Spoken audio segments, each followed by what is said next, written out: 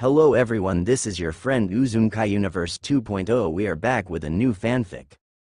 Which is what if Jubi Naruto got powerful harem with Kushina, Karin, Kurenai, Rarui, Samui, Mei, Narumi, Ino, Tamari, Yugito, Yugo, Enko Part 2.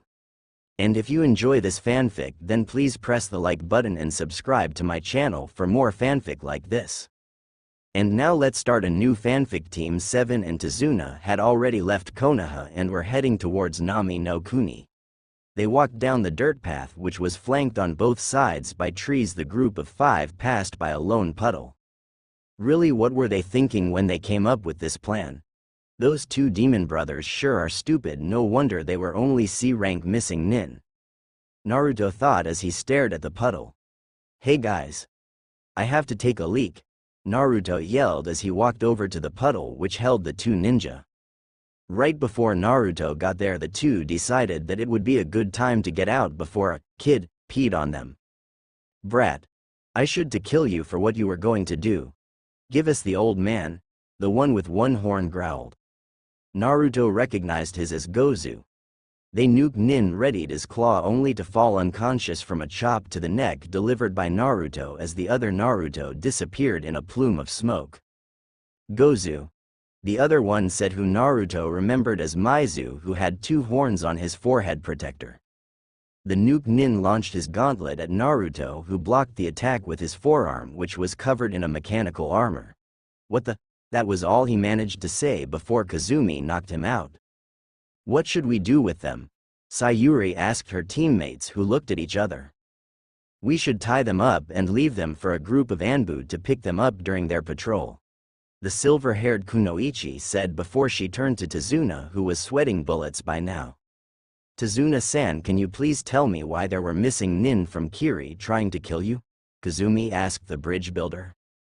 Tazuna sighed and decided that it would be for the best if he told them the truth. You see, the wave used to be a prosperous nation year back. We had trade and everyone was happy, but then Gato came to the wave and bought all ports. In an island nation like Nami no Kuni, if you control the ports you control everything else. He acts as if he was our king. He sends his thugs and bandits out to rob us and even takes some of the girls in the village to become slaves for him. Slaves. Tazuna said as his balled his fists and tears streaked down his cheeks. The 3 Kunoichi on the team looked enraged at the fact that Gato had turned several girls into slaves and in turn raped them. While this is clearly a B rank if not a rank mission, there is no way in hell I will let this stand, Kazumi growled out with Sayuri and Narumi agreeing with her. Naruto smiled at this. He knew that this time he had the power to make sure that Haku and Zabuza lived this time. Good, then we have our true mission. Naruto said as he walked past everyone. Our mission is to liberate the wave. He said as he looked over his shoulder, giving the other 4 a confident smile. Tazuna smiled as tears of joy fell from his eyes. Thank you. Thank you very much, Tazuna cried. The group walked until they came to a river. The air was now thick with mist that blocked their view of the other side. The ferryman allowed them on his small boat as he took them to the other side. During this trip the team saw the large bridge through the fog. Impressive, Narumi said as she appraised the bridge. Yep, that is my pride and joy. The hope of Nami no Kuni, Tazuna said with a proud smile. While the others were looking at him marvel of a bridge, Naruto was thinking about something else.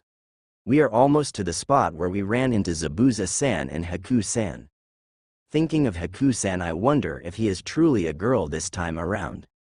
The first time during the wave I thought he was a girl. I mean, what man wears a pink kimono? Naruto thought in his head. Hey Naru-kun, Sayuri said as she shook his shoulder. What do you think will happen? This is now a B-rank mission and it's our first one out of the village. She asked. In all, she was excited and nervous at the same time.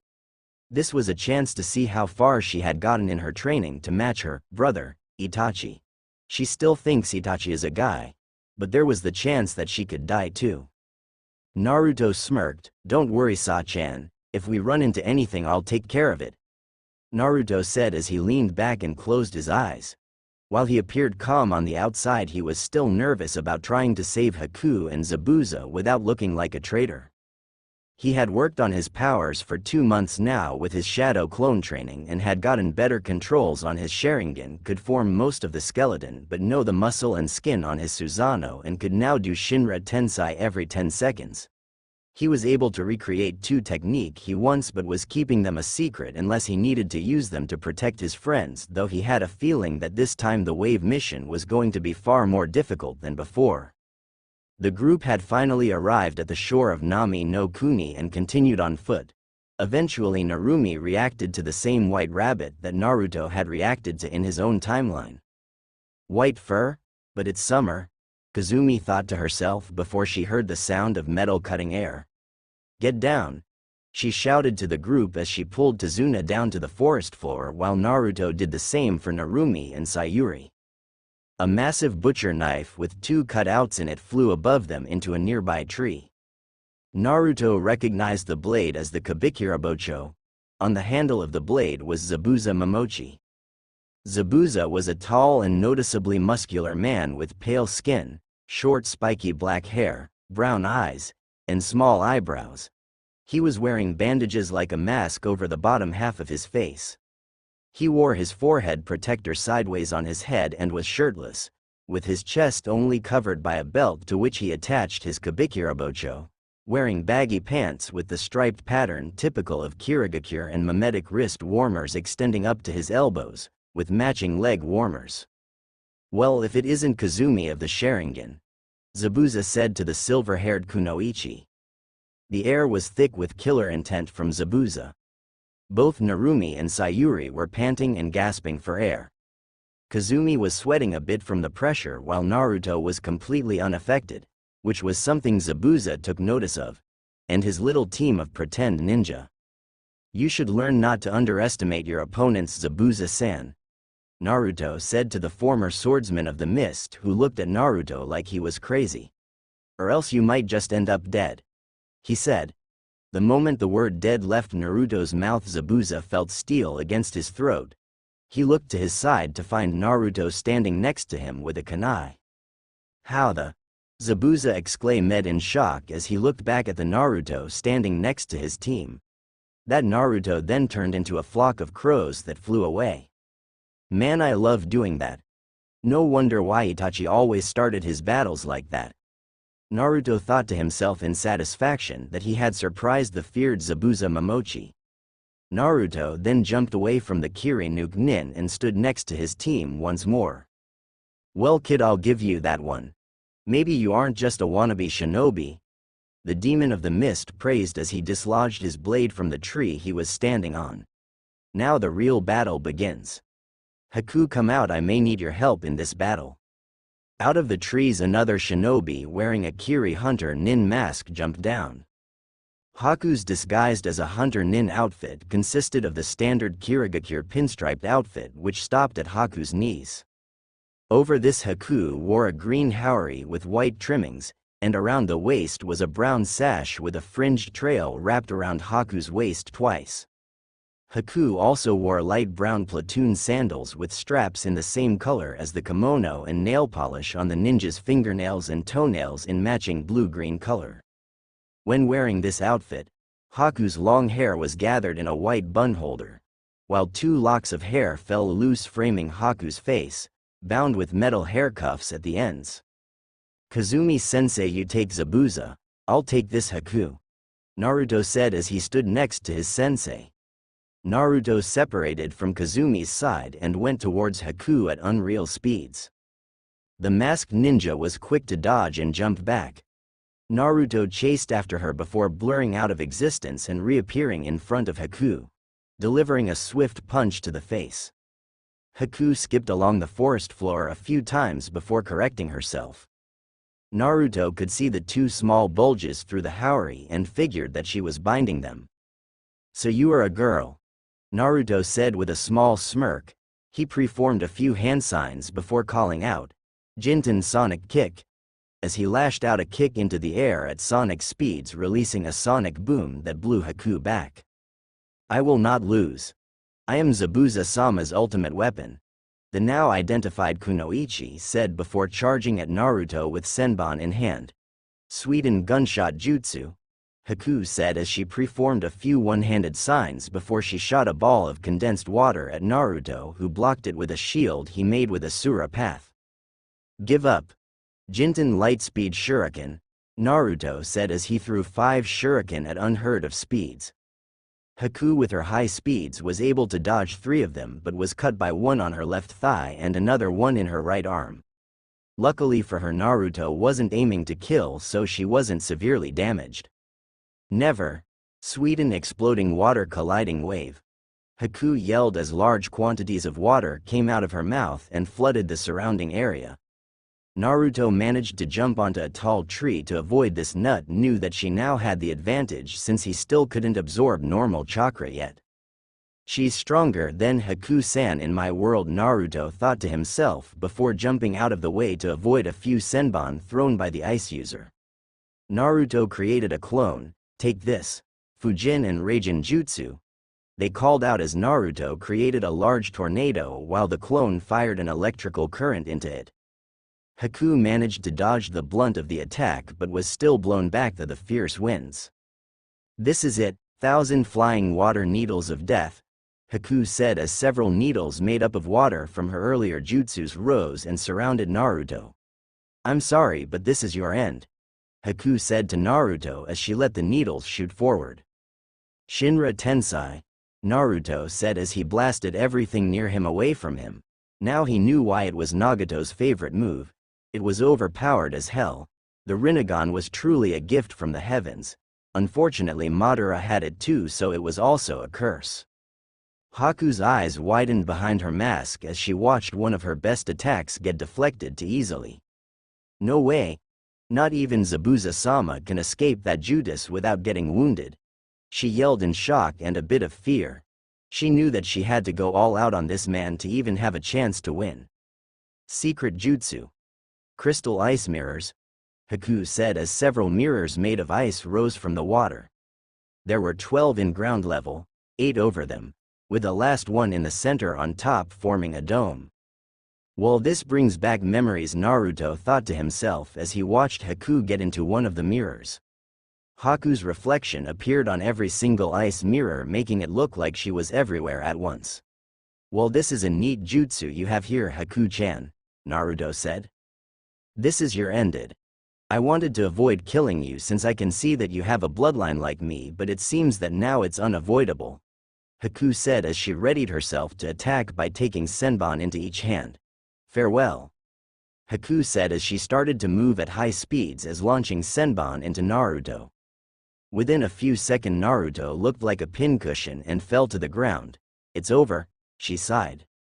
Wow, how come all shinobi I meet are so overconfident?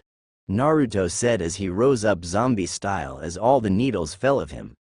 Naruto's cloak was now ruined with hundreds of holes, but his skin looked fine. You are going to need more than that to pierce my skin, he said as he knocked on his arm, which made the sound of metal hitting metal, revealing that he once again had the Asura Path armor on. Gotta love the Asura Path, he thought to himself. Actually, maybe I'm overusing it a bit, he thought as he deactivated the path. How many Kekkei Genkais does this man have? He is able to move at unreal speed, control gravity, and create armor on his skin. Haku thought to herself as she tried to figure out a way to attack him. Hey Haku-chan, I'm not going to use my armor anymore, this is getting boring, Naruto called out. Boring? He thinks this is boring? Haku thought in surprise. Well, if you're giving me this chance, then I will use this more my advantage, she said as she renewed her attacks on the blonde, who this time dodged everything or blocked it with his sword. Hold still, she grit her teeth as she tried to hit him to no success. Well, I think it's time to end this, Naruto said as he pointed his hand right at her. Haku would have been surprised, but by now she knew that this man had completely outclassed her. Bansho Tenin, Naruto said as he pulled her towards him until he had her by the neck. Goodbye Zabuza-sama, she thought as she fell into unconsciousness. With Haku out of the fight, the mirrors fell, letting Naruto out. Naruto, however, instead of killing her, he put her over his shoulder and walked back to his team, who had a tied-up Zabuza and a knocked-out Kazumi. "Hey guys, how did your fight go?" Naruto asked them. His toe teammate plus Tazuna gave him a look that said, "See for yourself," since Kazumi was currently out of chakra and Narumi and Sayuri had a few minor cuts. "Well, anyways, we should get to your house, Tazuna-san." The alcoholic nodded and led the way to his home. Naruto had created clones to carry the 3 unconscious ninja while he talked to his teammates. "This place looks awful," Narumi said to her 2 friends, lovers. "Yeah, how could anybody do this to someone?" Sayuro said with a glare. She had a small flashback to the day her brother massacred the Uchiha clan. "This is what happens when the greedy get too much power," Naruto said. His face was currently unreadable.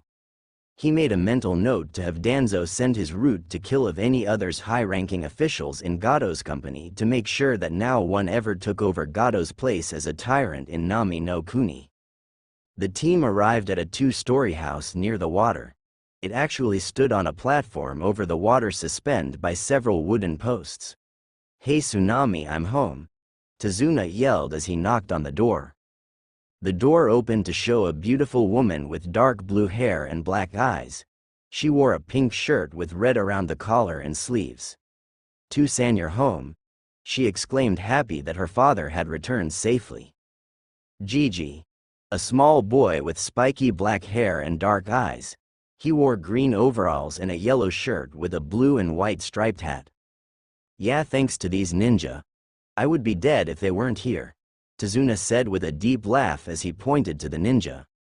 Tsunami noticed the 3 unconscious ones and couldn't help but ask, "Are those 3 all right?" Naruto was the one to answer since he was the now in charge. "The silver-haired Kunoichi is our sensei Kazumi Hatake. The other 2 are attackers who we will interrogate once they awaken," Naruto said to the wave native. While she seemed a bit nervous about letting the enemy into their home, she trusted them since her father did. "All right, I'll prepare some rooms for you guys upstairs. I'll have one of the women and you can stay with Inari, my son. I'll give a separate room for your prisoners," she said to Naruto. "Actually, I'll stay with the prisoners," Naruto said, much to the surprise of his teammates. "Naru-kun, why would you stay with them? They might try to kill you," Narumi asked her lover. Naruto smiled back at her, a little too sweetly. "Just trust me, Naru-chan," he said, sending shivers down everyone's back. Narumi quickly nodded and shuffled away. Later that night, Zabuza stirred as he finally awoke from their slumber. "Where am I?" he asked himself before he realized that he was still tied up. He looked and saw the still unconscious Haku. "Looks like you lost, Haku-chan," Zabuza said to himself. Yes, she did. He heard from a shadowed wall as 2 red-ringed eyes stared at him. "I have a proposition to give you, Zabuza-san," the man said. Well shit, Zabuza thought to himself. Yes, she did. He heard from a shadowed wall as 2 red-ringed eyes stared at him.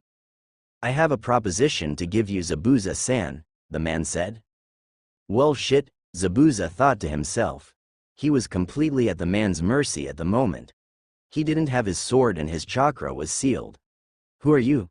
the eyebrow-less Nuke Nin asked the ring-eyed man. The man just chuckled. "I guess I should introduce myself, shouldn't I?" the man said as he walked out of shadows and into the moonlight. He started but was cut off by Zabuza. "Minato Namikaze," the swordsman nearly screamed. The man just face-faulted. "No, I'm Naruto Namikaze. Why does everyone get me and him confused all the time? It's bad enough that it happens in Konoha, but now it happens outside of it as well." Naruto ranted in rage that even a former Anbu like Zabuza thought that he was his father. "That's it, I'm changing my hairstyle. Maybe I'll copy the original Rakudo Sennin's hairstyle with the slicked back hair and 2 horn-like spikes. Yeah, that will do," Naruto planned in his head. Zabuza blinked a few times. "So you're not Minato Namikaze?" he asked the now annoyed blonde who gave him a load. "No, okay. Now what is this proposition you have? I'm useless now since I have no weapon or chakra, so tell me what you want." Naruto smiled. Oh, that's simple. I want information on Gato. I want to know where he lives, where he keeps his slaves, and where he keeps his money. Naruto listed as he looked at Zabuza in the eyes. Now what would I get from giving you this knowledge? Zabuza asked the blonde who glared at him. The tension was high in the room now. One wanted information while the other didn't want to give up the information. Now about you life. Naruto said as he leaked killer intent onto Zabuza, who started to sweat from the pressure. The blonde Jubi let out an amused chuckle. I'll give you the manpower to take Kiri. Naruto answered. How much manpower? Zabuza asked Naruto. 100 Anbu. Naruto said. Now that he had Danzo on his side, he also had the Root Anbu as well. Root consisted of about 500 Anbu. All he had to do was convince the Hokage that giving aid to the rebels was a good idea. 100 able men. Zabuza questioned. How could one genin have the ability to call on so many ninja at a whim? No, it had to be a lie. There was no way that a brat, no matter who he looked like or who he was related to, had that much access to shinobis. Lies. Root, Naruto called out as 5 Anbu shunshined behind him. Naruto smirked. These are Root Anbu. They were made to be perfect shinobi. While the way they were trained took away much of their potential since Danzo killed their emotions, they feel no remorse and have no fear of death. They are killing machines. Naruto said to Zabuza, who was now considering the blonde's deal. So if I agree, then you will assist me in becoming Mizukage? Zabuza asked Naruto just to make sure that he heard correctly. Correct, Zabuza-san. If you agree, I will tell the Hokage to send Root Anbu to help you. Naruto said as he dismissed the 5 Anbu. Naruto knew he had Zabuza in his palm. While he disliked saying humans like tools of war, he wouldn't let Haku and Zabuza dies once more. Zabuza sighed. Fine, I will tell you everything about Gato on one more condition. The demon of the mist said. Please take Haku-chan with you. He said as he looked down at the girl. I know I treat her like she's weapon, and for a while I believed that. But I recently started to think of her as more of daughter. While she has killed before, she is still too innocent to see war like that in Kiri. Zabuza explained to Naruto, who nodded. War was a horrible thing. Very well. I'll take Haku-chan with me. I'll protect her with my life. That is the promise of a lifetime. Naruto said with a gentle smile that was betrayed by his demonic red eyes. Oh, and I want to fight you once the war finishes. Naruto said before he left the room, leaving Zabuza to think. I think I just let the devil out on Gato. The demon thought to himself before he fell back asleep. 2 days later, Naruto was getting ready for his raid on Gato's mansion. He hadn't told his team since Root was involved, and it was top secret that was only known by the council, the Hokage, and himself. Since his cloak was destroyed by Haku during their battle, Naruto bought a new outfit to wear until he got back home. He was currently wearing a black muscle shirt and baggy black pants. Attached to his hip were his kunai and shuriken holders. He had covered his face with the Anbu mask he had made using the Banbutsu Sozo. Creation of all things. The mask was black with red around the eyes. It's go time, he thought to himself as he jumped out the room window. Gato's home was directly northeast from his location. It was about 3 miles away, which for a ninja was nothing at all. They could run dozens of miles per day, plus being a namikaze and Uzumaki never hurt since he had superior speed and stamina. As he ran through the forest, he stayed on the lookout for any of Gato's men. He knew that he couldn't go all out since he was on a small island, and a Biju appearing there would stir up all sorts of trouble for the small island country. A few minutes of running at super speed thanks to the Jinten, he arrived at a large building surrounded by a tall wall made up of white stone. The building itself was basically a Japanese-style castle. So this is where all the money he steals went. Makes me wish that I had killed the midget the first time around. Naruto thought as he approached the gates. Halt! Who are you? One of the bandit guards that was guarding the castle yelled. Naruto, not wanting to deal with them, simply burned them to death using Amaterasu. As the screams of the burning guards rang out, the others inside decided to go into high alert. Root, Naruto called as the 5 emotionless Anbu came to his call. Kill every bandit, thug, or nuke nin you see. Leave the slaves alone and make sure that Gato doesn't escape. Also, I want Gato Tem for myself. I plan to be one to make him pay for all that he has done. Naruto ordered. He was ready to Tsukiyomi the out of Gato. Hi Naruto-sama. The 5 called as they charged the castle. Naruto ignored the fighting outside as he walked into the large house. Anybody that tried to get in his way ended up on the receiving end of a cut from Sabukukaze. Normally he wouldn't be this ruthless, but these men were the scum of the world. They enslaved, stole, killed, and raped. Breaking down the wooden door to the house with a small Shinra Tensei, he walked down the halls until he came to his destination, Gato's office. Ripping the door off its hinges, he stormed in on the little shit of a bastard Gato, who was in the middle of speaking with a man with slicked back white hair. "Oh, there is you, target," Gato said with a cocky smirk. The man turned and grinned madly at Naruto. "So you will be my next sacrifice to Jashin-sama?" the man said as he stood up. He wore a black high-collared black cloak with red clouds. The front of his cloak was open, showing a pendant that seemed to be a triangle inside and ring. "Hidan," Naruto said in a hushed voice. He really didn't want to fight the Akatsuki, but now it seemed like he had little choice. "So you're working with the Akatsuki now, Gato?" Naruto said as he blurred behind Gato. "But that's still not enough to save yourself," Naruto roared as he stabbed Gato through the heart before Hidan could even react. "Hey, that was my income source, you mother," Hidan yelled as he charged at Naruto with his triple scythe. Naruto managed to bring his sword up to block the 3 blades from hitting him. He remembered from last time that all Hidan had to do was ingest your blood, then get into his ritual seal and stab himself. While Naruto was now immortal since he was the new Jubi, it was not a good idea to let you opponents find that out. Or anybody really, since that could lead to he himself being chased after. Jumping back, he sheathed his sword and started to do hand signs. Hidan, being immortal, didn't care and charged at the Jubi. "Kaden, fire dragon's roar," Naruto said as he put his hands together in creating a tube and exhaled into it. A large stream of fire spewed out of the other end. Hidan, not being able to dodge in time, ran head first into the fires. The fires completely charred the office of the once billionaire. Out of the raging fires, Hidan ran out and attempted to decapitate Naruto. Key word was attempted.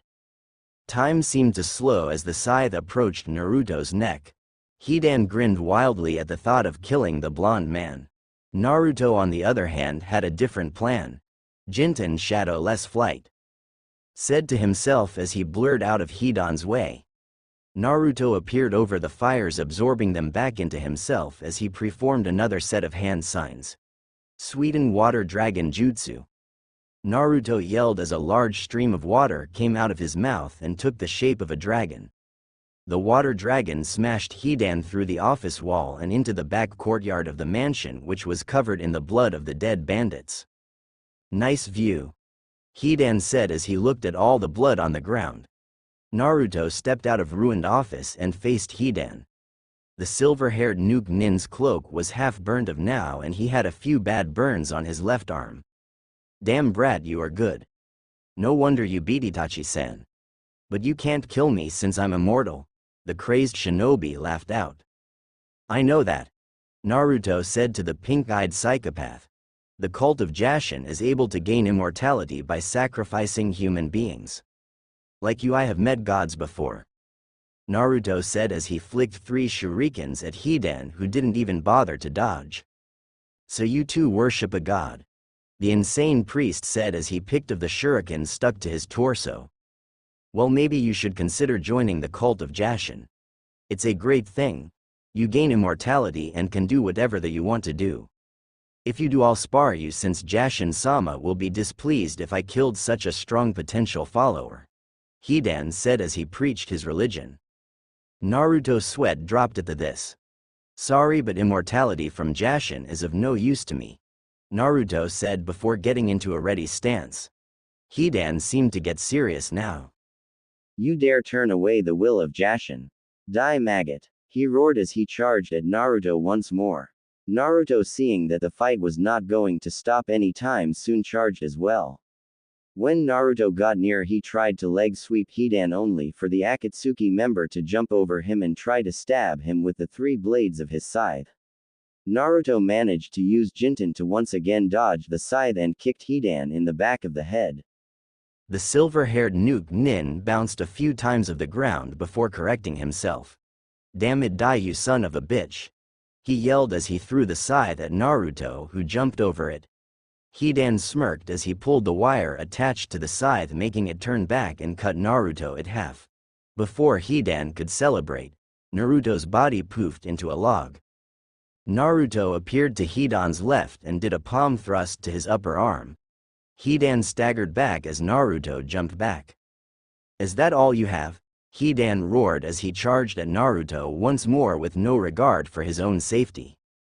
Naruto smirked at the silver hair's man attempt to kill him and prepared a few hand signs.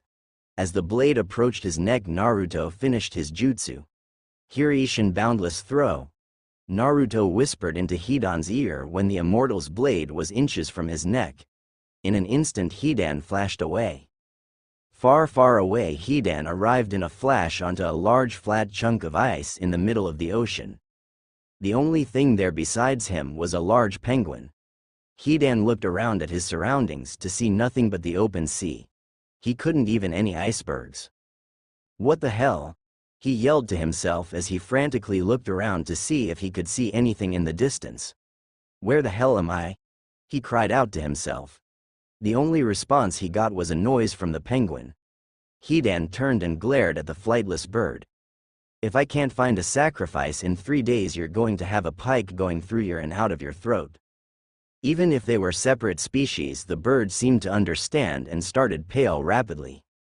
Back at the wave, Naruto just laughed as he headed back inside Gato's castle to free the slaves.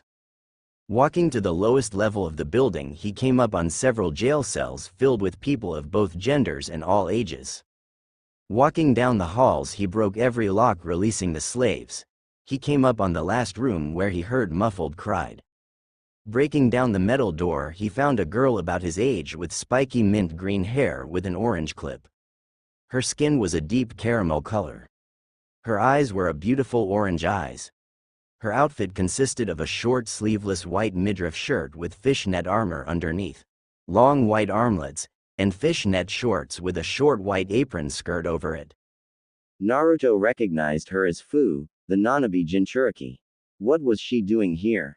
She was a Taki Kunoichi, so why was she in one of Gato's jail cells? She was wrapped in chains and chakra suppressors. Fu, are you okay? Naruto asked her. Her head lifted up and glared at him. Why do you care, human?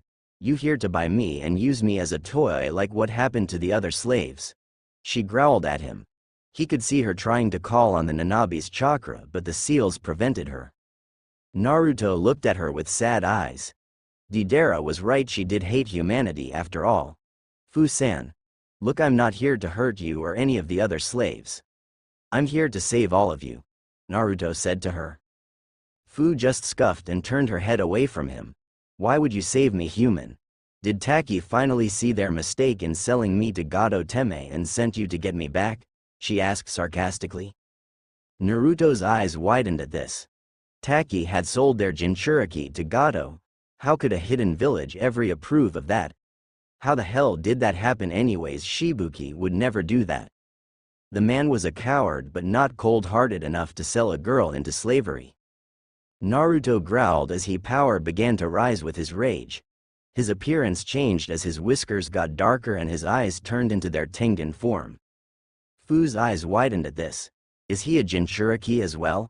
She asked herself as she saw the man show traits of a Biju. Inside Fu the Nanabi, Chome was spazzing out as she felt the power match that out all Bijus at the same time, symbolizing one thing, the Jubi. After a few seconds, Naruto calmed down enough to regress the changes. Sorry you had to see that, Fu-sen. My name is Naruto Namikaze. He apologized as he cut her binds. Are you a Jinchuriki as well? She asked. Tears were building up in her eyes as she looked at Naruto. Naruto tilted his head in confusion. Are you a Jinchuriki? Fu asked. No, demanded this time. Naruto smiled. No, I'm not a Jinchuriki, Naruto said in a cheery tone. Fu's hope fell as she now knew that the man in front of her was not like her. I'm a former Jinchuriki, Naruto yelled as he fist pumped. Fu's head snapped up at this. Former? How the hell are you a former Jinchuriki? The host dies after the biju is extracted. I know since I saw it happen with my mother, Fu yelled at the blonde who smiled back kindly, taking her aback. I never had my biju extracted since I merged with it to become a demon, Naruto said, much to her surprise. Fu's expression was best described as fish-like. Her jaw had dropped and he was gasping. Naruto smirked at this. He loved getting this reaction out of people. Before Fu could ask any questions, Naruto spoke once again. Now let's get these people out of here, since I'm sure they have been here for far too long, Naruto said to the Jinchuriki, who nodded silently as he walked out of the metal cell with her in tow. The blonde demon led all the people out of the castle and back to the outside world and freedom. Fu kept glancing over at Naruto from time to time. So how were you treated when you were a Jinchuriki? Fu asked. She had to know. Was she the only one treated badly, or was it common for regular humans to mistreat Jinchuriki? Naruto smiled sadly. I was treated basically the same as you. I was ignored, overpriced at shops, treated badly and beaten occasionally, Naruto answered sadly. Fu's hand clenched shut at his answer. Calm down, Fu-sen. I wasn't done. I was treated badly until they started to see what I could do, and eventually I gained their respect when I saved my village from destruction. Naruto smiled down to her since she was a few inches shorter. But they mistreated you. How could you save them? Why would you save them? She cried out to him. Naruto smiled sadly at her. She really had lost her faith in humanity. Guess he would have to bring it back. I did it because I wanted to protect my precious people. I wanted to prove to them that they were wrong about me and that I loved the village. Hate leads to conflict. When one shows hate to another, the other hates back. This starts a cycle of hatred in the world. The only way to stop it is for a party to stop hating the other. Then peace can be achieved through understanding, Naruto said with a smile as he explained to Fu his way. Fu looked perplexed at this. Stop hating the one that hurt you and eventually they'll see you for who you are. She bit her lip as she thought about it. Was it possible for her to spot hating humanity? Wise word for such a young man. Naruto heard behind him. Behind him stood a short old lady, her eyes shut with wrinkles. That's a good philosophy you have there. If only more people thought like you, the world would be a better place, she said with a hint of sadness. Yeah, but my dream is to make that happen. That was my sensei's dream, and I promised to him and his first wayward disciple that I would do it, and I never break my promises, Ba-san, Naruto said enthusiastically. Fu looked at Naruto in a new light. He was her savior after all. That's a good quality boy. She chuckled. She moved up her sleeve to reveal a seal. She channeled some chakra into it, releasing it. In a puff of smoke, she was holding a very large scroll. This is the Jackal contract. It severed me well back in my day. I have no use for it nowadays, so I'm passing it on to you as my way of supporting your cause, she said as she handed the scroll over to Naruto. Naruto eyed the scroll for a second with wide eyes. He had lost his toad contract when he died, so this could serve as his replacement. Plus the animal path allowed him to sign several contracts with different animals. Ba-san, I can't. He started but stopped when he noticed that she wasn't there anymore. He turned to Fu. Where did she go? Fu shook her head. I don't know, I was looking at the scroll. Bu man, for a old bag of bones she can move fast, Fu said to Naruto, who sealed the scroll away in a seal on his shoulder. So Fu, where are you going? Naruto asked the dark-skinned girl. I don't know. Taki sold me out, so not there, she said with a sad look. She turned to Naruto. Maybe I can go with you, Naruto-san, she said to Naruto, who nodded. This way he could protect her from the Akatsuki. He went back inside and took Gado's head and sealed it in a scroll. Well, that's done, Naruto said as he and Fu walked back out of the castle, leaving clones to collect anything of value to give to the people of the wave. After leaving Gado's estate in ruin, Naruto and Fu the Nanabi Jinchuriki made their way into the forests of Nami no Kuni. Naruto turned to Fu. Let's stop here for now, there is something I have to do, Naruto said as he opened the large summoning scroll he was given by the old lady back at the tyrant's former home. In the scroll there were only 3 names were listed on the scroll, making Naruto the 4th person to sign it. Naruto bit his thumb and wrote his name in blood, then pressed his blood-covered fingers under it. Unlike a normal contract where the name remains red, his signature turned golden. Okay, let's try this, Naruto said as he performed the hand signs for the summoning jutsu, then slammed his palm on the ground.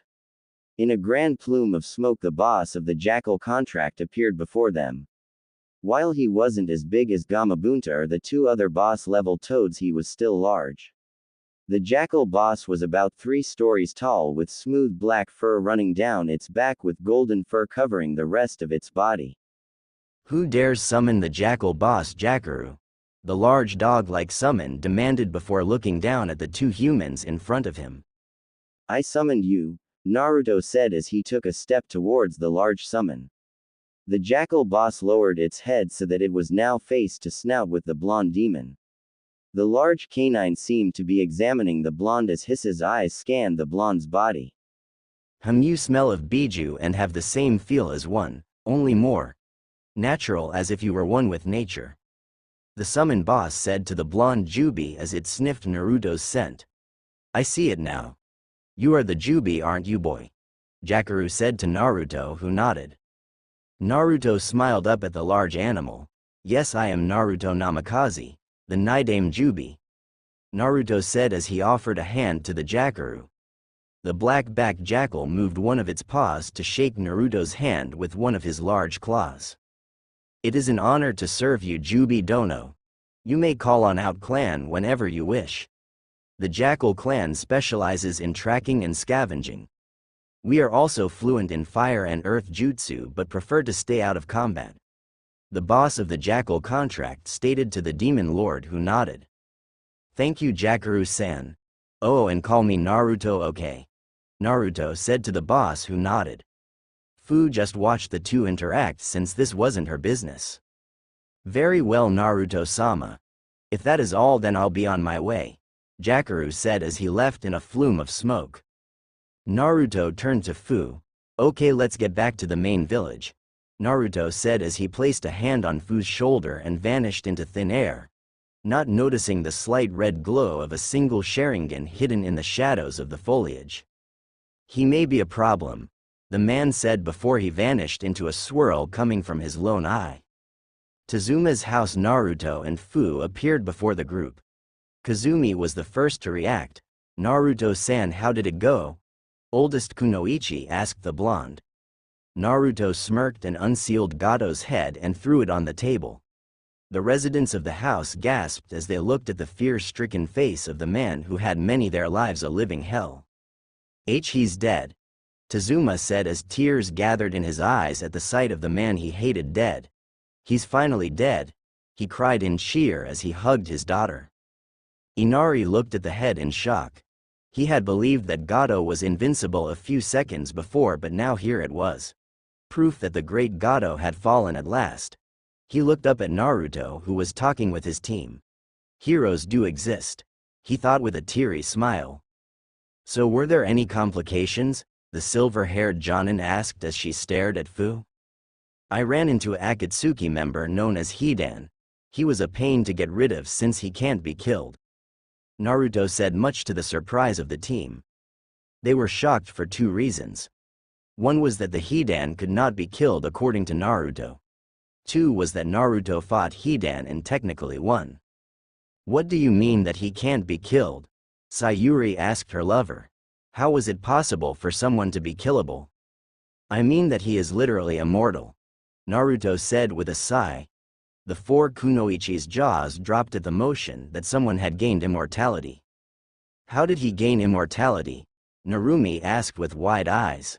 Naruto frowned. He gained it by joining the Jushinist cult. They perform human sacrifices to please their god, who in turn grants them immortality. While the cult seems like a choice that anyone in the shinobi business should do, the trails for joining the cult bring the body to a point where it would fail or the mind would break from pain. Also, the blessing of Jashin fills your mind with dark thoughts which slowly break away at your sanity. Naruto explained with a scowl at the thought of the cult. How do you know so much of the cult, Naruto? Fu asked the former Jinchuriki. I've fought a member before. They are a pain in the beat, since the only way to do so would be cut of their limbs and restrain them, trap them so they can't move, completely obliterate the body, drain their chakra, which is hard to do since they rarely use ninjutsu or genjutsu, and lastly you can rip their souls out of their body. Naruto explained to the kunoichi, who nodded to show that they understood. Kazumi looked at Fu. So who are you and where did you fit the tale on how Naruto killed Gato? The kunoichi asked the green-haired girl. I was going to be sold to the Akatsuki by Gato since I am the Jinchuriki of the Nanabi. Fu said with a scowl at the thought of what almost became her fate. Naruto rescued me and the other slaves, so I decided to come with him back to Konoha. The dark-skinned girl said with a small smile at the thought of her savior. That explains why the Akatsuki were here, but that still doesn't tell us how Gato got a Jinchuriki, Kazumi stated in confusion. They sold me to him so that they could get rid of me. The council back at Taki decided that I was too much of a risk, so one day I was attacked, bound with chains and seals, then shipped off to Gato's. Fu told her story of betrayal. Narumi brought her into a hug. I'm sorry for all you had to go through, the blonde said with a few tears threatening to spill out. It wasn't your fault. It was those bastard in Taki who are at fault, Fu said with a wide smile. Naruto smiled at the interaction. The blonde noticed Zabuza leaning against the wall at the other side of the room. Walking over to him, Naruto smiled.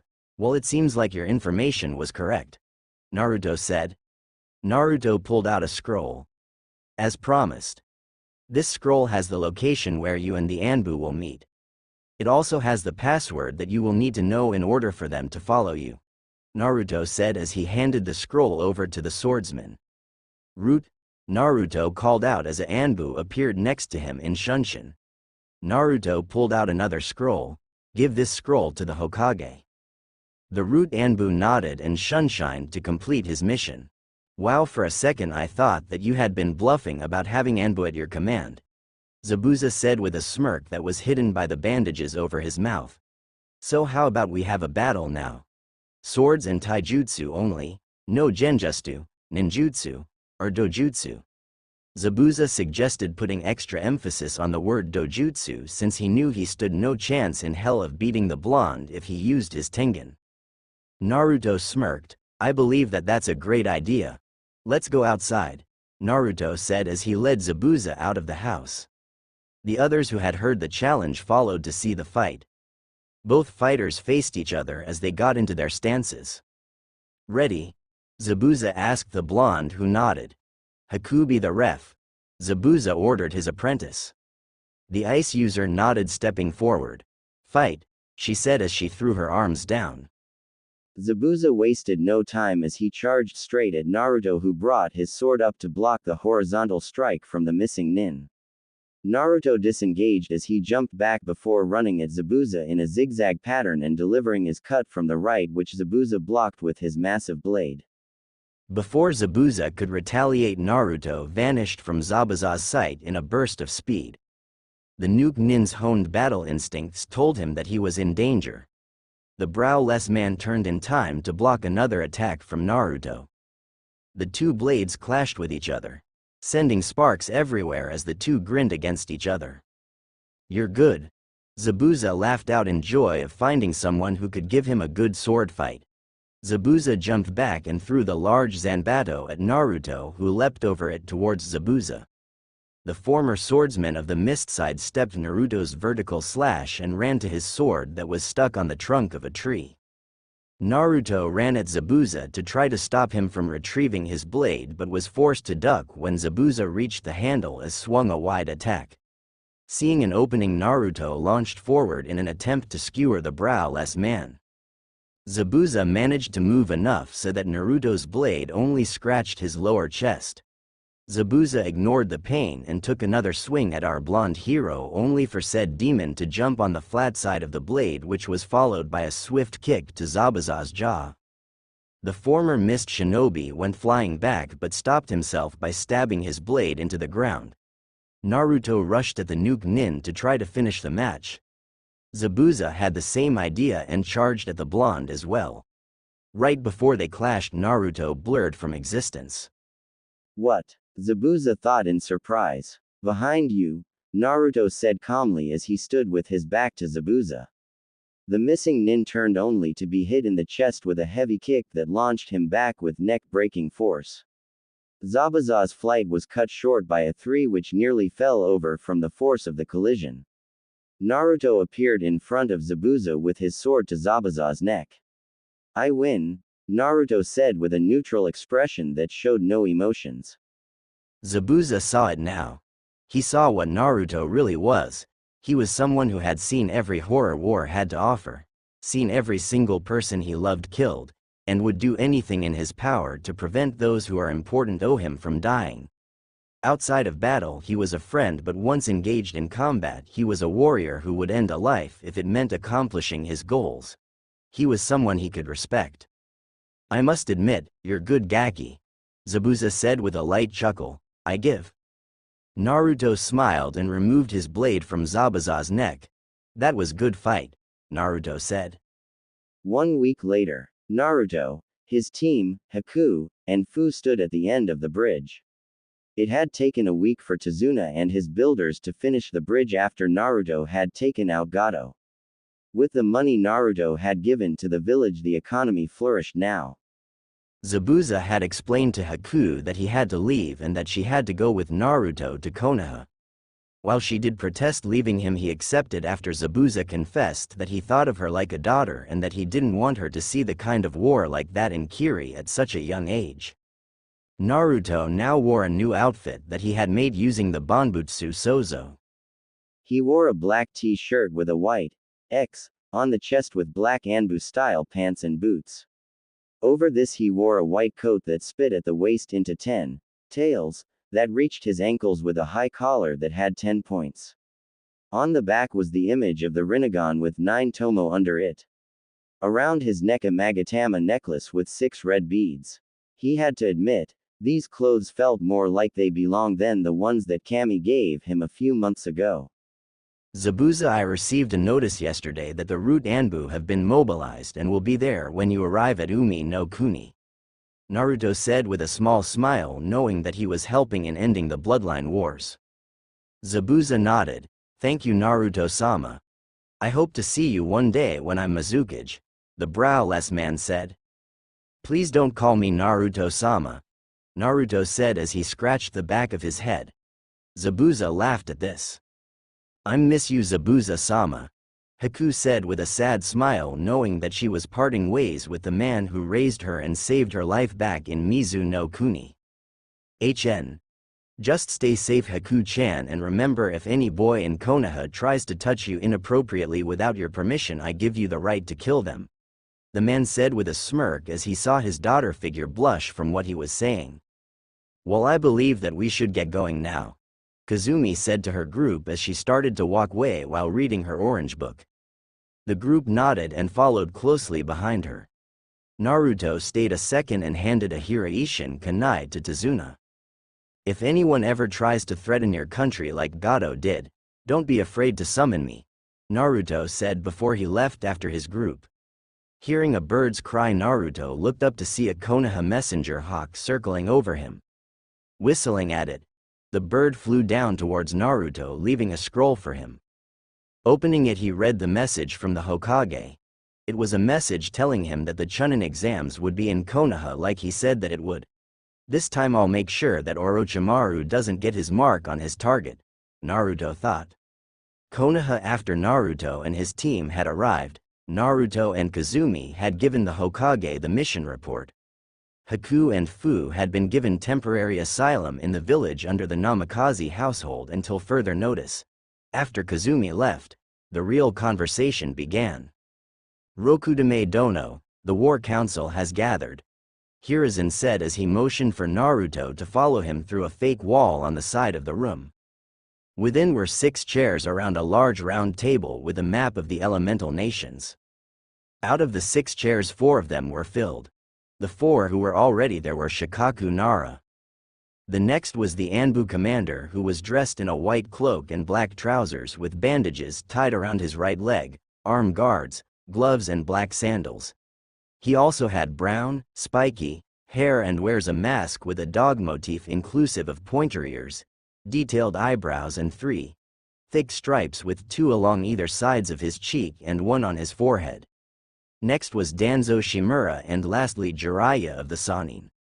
Looks like we are all here, Hiruzen said.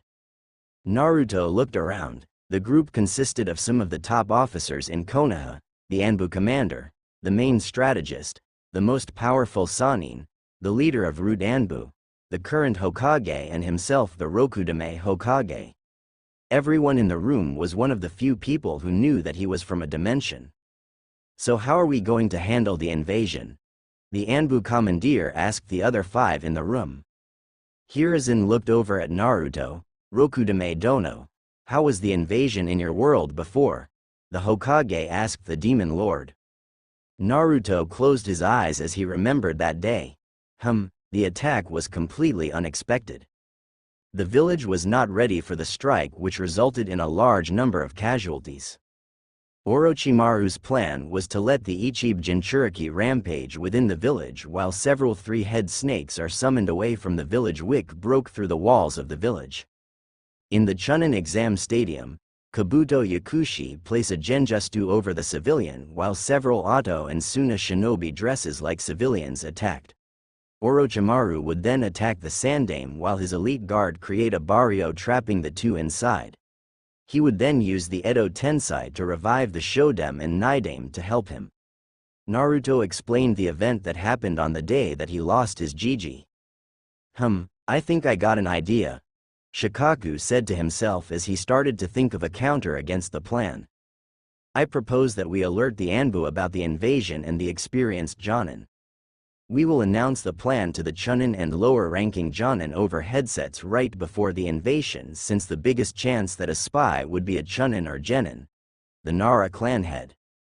What about the summons? Danzo asked. I say that the remains of your root strike the groups in charge of the summons. Jiraiya-sama should use his summons to guard the village gate and make sure that they don't get more ninja into the village. Namikaze-sama will take care of the Jinchuriki, then go and assist the Sandaime in battle with Orochimaru. The Nara leader explained to the rest, who nodded at the plan. Very, we'll go with your plan, Shikaku. This council meeting is over. We shall meet once more after the second exam, Hiruzen said to the others who left in Shunshin or Hiruzen in Naruto's case. Okay, I have done some thinking and have decided, since I'm such a nice guy and several people have been asking. Plus her chest is huge. I'll throw you guys a bone and set up a poll for Hinata to be with Naruto. But know this, the poll is finale, so if you really want her or not, going vote. Other than her there will be no more women in his harem, since it already is massive. Oh, and her personality will not be the shy girl you guys know, but more like an alternate Hinata from that Road to Ninja. And don't any of you even dare say that I'm bending over for my fans. I'm just giving back to the readers. The Chunin exams begin. Naruto jumped from roof to roof as he made his way through the village. In 2 days was the start of the Chunin exams and his team was in it. Hearing yelling, he came to the familiar sight, Kankuro picking on Konohamaru. Really, this again? Naruto thought as he jumped down from the roofs behind the Suna shinobi. You know that picking of the Hokage's grandson could lead to problem between our villages, Naruto whispered into the Catman's ear. The Suna ninja quickly paled as he dropped the kid. Tamari, on the other hand, couldn't help but blush. He's hot, the blonde thought as a faint blush dusted her cheeks. Good, now can you please tell me what this boy did that you, a shinobi, would have to threaten him? Naruto asked with an overly sweat smile as he leaked a bit of killer intent that caused a redhead watching from the trees to blush at the bloodlust. I'm sorry, sir, it was a misunderstanding, Kankuro said, raising his hands in defense from the blonde who smirked at the puppet user's reaction. Naruto smiled in satisfaction, turning to Tamari.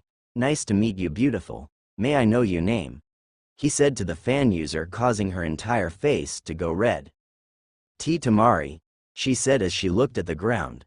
The girl in tree glared down at the blonde Kunoichi who had gained the attention of the blonde man. Nice to meet you, Tamari-chan, Naruto said as he took her right hand and planted a kiss on it. He always did have a crush on the desert Kunoichi in his world but never had time to ask her out. Turning to one of the trees near the road, you can come out, Naruto said. In a swirl of sand, a red-haired beauty appeared before the three shinobi. She had dark red hair that reached her mid-back and parted on the left, leaving the kanji for love exposed on her forehead with a bang framing her left side. Like Gaara, she had back lining around her eyes. Her emotionless emerald green which held a radiant beauty behind them, buried behind all the pain she had lived through. She wore a black full bodysuit with t-shirt-like sleeves, 3/4 length legs, and an open neck. With this, she wore a pink cloth over his right shoulder and the left side of her hips, and a wide leather band system over the left shoulder and right side of her hips. With this leather band, she carried around her gourd that contains her sand. She also wrapped her black forehead protector over the band. However, what really got Naruto's eyes were her perky D cups. Damn your Jiraiya, Naruto thought. Kankuro, I thought I told you to not cause any commotion, the female Gaara said with a bit of killer intent and bloodlust. The puppet user tried to defend himself but only earned another blast of ki from the red-haired Jinchuriki silenced him. Quite, or I'll kill you, she said in a dark tone. Turning to Naruto, a nearly unnoticeable pink dusted her cheeks. I apologize for my brother's foolish actions. Naruto waved it off. It's okay. But may I know your name? Naruto said with a kind smile which caused both the female Gaara and Tamari to blush a bit darker. It's Gaia, she said in a neutral tone that betrayed no emotion. Naruto grinned. I'm Naruto Namikaze, current head of the Namikaze clan and genin of Konoha, Naruto said to the shock of the three sand shinobi in front of him. Naruto mentally smirked at their reaction. At least they didn't mistake me as my father, Naruto thought with a mental sigh of relief. Gaia bowed lightly. Nice to meet you, Namikaze-san. While she wasn't one for formalities to someone she didn't know, she knew that the blonde must have some political sway if he was a clan head. Naruto's sweat dropped at this. Please, Naruto is fine. Calling me that makes me feel old, Naruto said with a smile. He discreetly placed a hand on his sword and formed the connection to Gaara in the afterlife. Yo Gaara, are you there? Naruto asked, but made sure to block out any chance that Gaia had of entering the conversation since he didn't need an unknown know his secret. Yes, I am Naruto. What is it? Gaara asked the blonde. He could almost feel the former Hokage's grin. I finally found your counterpart and I have to say, dude, she is hot. Naruto responded with a smirk as Gaara's irritation flowed from the sword. I thought I told you to never. Never mind, you wouldn't listen anyways, Gaara said as he rubbed the bridge of his nose back in heaven. Just take care of her, Gaara said as he cut the connection to avoid any further headache. We'll be leaving now, Gaia said as she motioned for her siblings to follow her. He was cute, she thought to herself, but hesitated a bit when the foreign word came to mind. Please, he'll just betray you like everyone else will. Remember that you can only trust your mother, Shukaku said to her from her mind as he tried to devour as much of her sanity he could through the broken seal that placed on the girl. He could feel the power that the boy held and didn't want to give the blonde the chance to suppress him. Yes, mother, Gaia, though back to the Biju, who laughed like a maniac from her mind as he tried to crush all hope she had about finding someone who could understand her. Good, now get me some more blood. Mother demands. Shukaku said with a dark crackle. Before Gaia could respond, Naruto called out to her, "Hey, want to hang out a bit tomorrow? I would love to get to know someone from a different village." Naruto said with a large grin. He would help her out as much as he can so that she doesn't go on a rampage like Gaara did all those years ago. Don't, child. He'll just betray you just like that traitorous uncle did. Shukaku roared as he desperately tried to convince her of rejecting the hand of friendship offered to her by bringing up one of the most painful moments of her life. No, Gaia said coldly as she walked away from the blonde who frowned at the response. He knew he would have to do something about that dog Shukaku who was manipulating her from the inside. Naruto's smile returned back at full force. Okay then. See you at the Chunin exams. Naruto said as he walked away from the who looked back at him wondering the same thing. How did he know? 2 days later, Naruto and his team walked into the academy building as they prepared to take the Chunin exams. Neither Sayuri or Narumi knew about the invasion since they were genin, so Naruto couldn't tell them anything. His team stopped in front of a door. What is this? Sayuri growled as she saw an illusion over the door showing the wrong number. Drop the ill. She was cut off by Naruto, who covered her mouth. Be quiet, Sa-chan. It was put there to weed out the weak and foolish, Naruto whispered as he pushed her along. Stop right there, you three. We have taken the exams over 10 times and still failed. What makes you think that academy fresh genin like you can? One of the two who stood in front of the door said, letting out a spike of ki to let them know just who he was. Are you saying that the Namikaze head, Kyuubi Jinchuriki, and the last loyal Uchiha aren't really? Naruto said as his Tengen flashed for a split second. Both guards paled as they realized just who they had insulted. Both quickly ran away, pushing a few genin out of the way as they ran. I challenge you to a spar. A boy with overly thick eyebrows and bowl hair cut wearing a green skin-tight jumpsuit and green leg warmers yelled as he pointed at Sayuri. Behind him both his teammates looked embarrassed. No, Naruto said in a firm tone. Who are you? Sayuri asked. I'm Konoha's beautiful green wild beast, Rock Lee, he said as he did a nice guy pose. Now I demand a spar from you, Sayuri-chan, he said as he pointed at the Uchiha once again. I said no, Naruto said in a firm tone once again. In his world, Sasuke had lost badly and contributed to him turning to the path of evil. Oh, your Yondaime-sama, Rock Lee said as he realized who he was talking to. Naruto's face faltered before glaring at the green-wearing genin. I am not Minato Namikaze. I am Naruto Namikaze. Naruto yelled at the boy who took a step back at the large bout of ki to him that exploded from the blonde. My apologies, Naruto-kun, Lee said as he bowed before going on about he would run 200 laps around the village if he ever forgot Naruto's name again. Whatever, Naruto said as he and his team entered the exam room.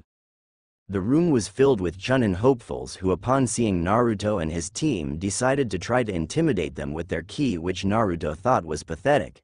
This, however, was put to an end when one of the shinobi from Iwas yelled out something that really pissed Naruto off. It's the Yondaime Hokage, the shinobi yelled out, which launched the whole room into an uproar of chuas. Really, an entire room of genin think that I'm my father? Naruto thought as he released a bit of his killer intent, which caused everyone in the room to pale. I am not Minato Namikaze, Naruto said through gritted teeth. Seeing the state of everyone in the room caused Naruto to sweat drop. This is going to be easy, Naruto said as he and his team, followed by Team 9, walked into the room. The other Konoha team was shocked to see the power that Naruto had. To be able to bring down a room of ninja even if they were genin was an achievement, considering he was also a genin. Naru-kun, Naruto heard from behind as Ino ran and jumped into his arms. Naruto had decided to take her as one of his official girlfriends after the mission to Nami no Kuni. Ino quickly claimed his lips, leading into a quick makeout session. He's not all yours, you know, Inuko's voice said from the door as she and her team entered the room. Behind her was Shino and Hinata. Now one would expect that Hinata would still be the shy but kind girl she was always, right? Wrong.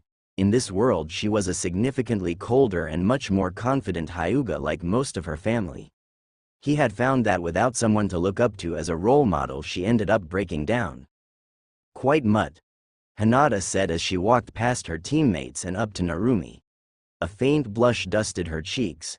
Narumi-chan, would you like to come over to the Hyuga compound after this exam is over to have a little fun? The Hyuga heiress said to the blonde Namikaze. Hinata-san, I already told you that I'm in a relationship already and I don't play for that team, Narumi cried out. The Hyuga heiress had been trying to get her to agree to go out with her since the academy, but she had told her time and time again that she was in love with someone else. The Hyuga activated her Byakugan and glared at Naruto. I will have her one day, she said before storming off. Naruto's sweat dropped as at the Hinata's behavior. He knew that she was still loyal to the village and had a heart deep inside as shown for her love of Narumi. You guys should learn to be quite yo. A silver-haired genin from Konoha that Naruto knew all too well. He wasn't able to finish his sentence as Naruto planted his fist into his gut. Shut it, snake. Naruto growled as he tossed him towards the man's teammates. Everyone looked at Naruto in shock but decided not to say anything in fear that they would suffer the same fate that the glasses-wearing genin. Naruto would have killed him, but that would have alerted Orochimaru to their plans to take him out. All right, no more fighting. A voice boomed out as Ibiki Morino, a large man wearing a black trench coat and bandana-style forehead protector, ordered. Any more fighting and you'll be disqualified. The T&I expert threatened. Naruto looked at Ibiki and nodded. Walking over to his seat, he found himself between the pissed of Hinata, who was glaring at him for stealing the girl she wanted, and Iwa Shinobi, who was glaring at him for being related and looking like the Undaime who had decimated their forces several years ago. The first exam is a written exam. You have 1 hour to answer the 9 questions given to you and 1 more at the end. If you are caught cheating, you will lose 2 points of your total score the first time, 4 the second and 6 the last time, which will be an instant failure. If your score is less than 1 when the exam ended, then you and your teammates are disqualified. Ibiki explained the rules of the test. They were a bit different from the time he took them, but they were similar enough. Naruto answered all the questions within a few minutes thanks to his amount of experience in the battlefield. He looked around and decided to take a nap. Our blonde demonic hero was awoken by Ibiki telling everyone that there was 10 minutes left and he would giving the finale question. This finale question is different from the rest. If you want, you can leave now and take the test again in 6 months, the scared special Jonin said. Why would we quit? We already took the other questions, Inuko asked the proctor. Ibiki smirked. Because if you get this question wrong, then you will be barred from ever taking a Chunin exam in any country or village ever again, he said with a sadistic smirk as all the genin gasped at what he was implying would happen. But that's not fair, Tamari protested. There are people here who have taken the exams several times before and they never had to do this stupid question. Well, your group was unfortunate enough to get me as the proctor, so I make the rules. Now choose. And just like over half the teams quit, including a team with a certain weak pink-eyed banshee who was glaring at her for quitting. Unlike last time, Naruto didn't yell out that it was bullshit since he didn't have to worry about Sakura quitting. After most of the teams left, leaving only about 23 teams left. Well then, all of you who remained, you pass, Ibiki said with a smirk at all the shocked faces he was receiving from the remaining genin. In the shinobi world, you sometimes have to make hard decisions. In the field, bad information could lead your team to their doom, he said as he removed his bandana, showing everyone the burn scars and holes in his head. He put back on the bandana and was about to continue when he was interrupted by something sewing through the window. In front of the room now was what had just broken the window with a large banner behind her. The banner read, "The Y and Single, Second Exam Proctor Anko Mitarashi."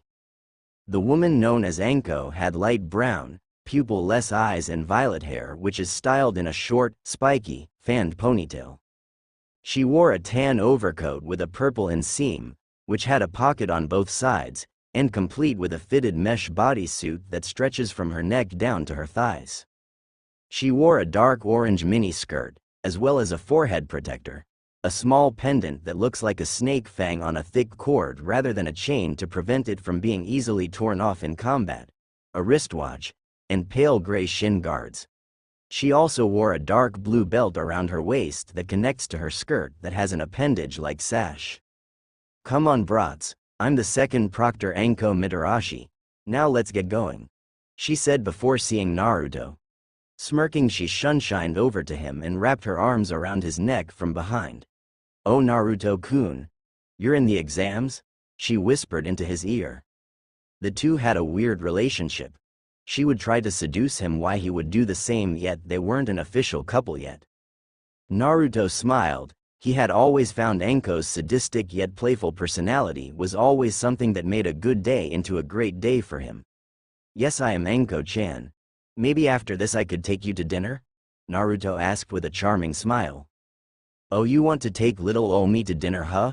We'll see," she said before shining back in front of the room. "Anko, you're early again," Ibiki said as he pushed his way through the banner. Anko looked extremely embarrassed. "Who cares?" she said as she turned to the large group. "Meet me in the Forest of Death in 10 minutes, you're out," she said before she jumped out another window, which caused Ibiki to sigh once again. Forest of Death. Naruto and his team stood at one of the gates to the dangerous training ground.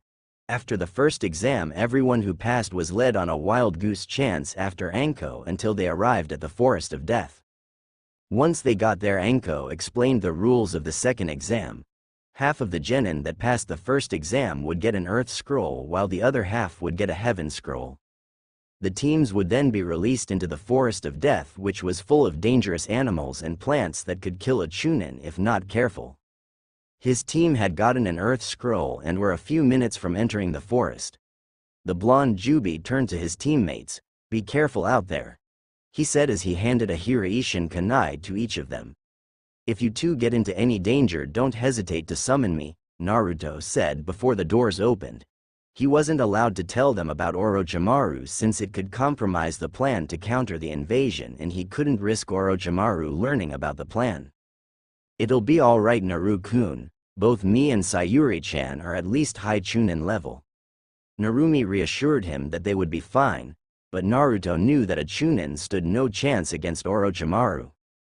"Yeah, Naru-kun, everyone knows we are the best genin team in the village," Sayuri said with no small amount of pride in her voice as the doors opened. The team ran into the forest and took to the trees to quicken their pace. "Don't get overconfident," Naruto said. After a few hours of traveling, they ran into a group of rain ninja who they quickly disposed of. Unfortunately, they had the wrong scroll and they had to continue to search for another team. By the end of the first day, they were about a third of the way to the tower but had no scroll. They could have made it to the tower by now if they didn't have to get the scroll. Out of the 3 teams they faced so far today, they all had Earth Scrolls. Naruto cursed his luck since there was a higher chance now that they would run into Orochimaru in the forest. Time skip, morning. Naruto woke up early with the sound of a scream. "What the hell?" Naruto thought as he went searching for the source of the scream. He tracked it down to a red-haired girl with glasses who was about to be mauled by a massive bear. "Isn't that Karin from Sasuke Tami's group?" Naruto asked himself before he acted. He jumped in front of the bear and held out his hand.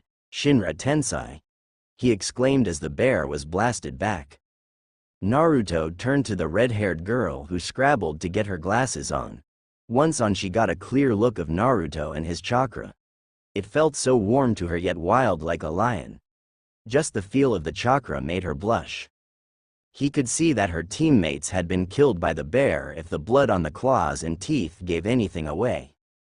"Are you okay?" Naruto asked as he took a knee next to her. Karin nodded slowly as she tried to control her blush. "Why, yes," she said, but stumbled forward onto Naruto. Her blush intensified 100-fold as she felt his muscles under his shirt. "I sprained my ankle," she said softly. Naruto realized that this was a drastically different Karin than in his world. She hadn't been corrupted by Orochimaru yet. "I'll make sure you get to the tower safe," he said as he summoned 3 clones, a horse-sized jackal. The blonde Biju placed the red head on the canine. "When you get to the tower, give them this," he said as he handed her a scroll.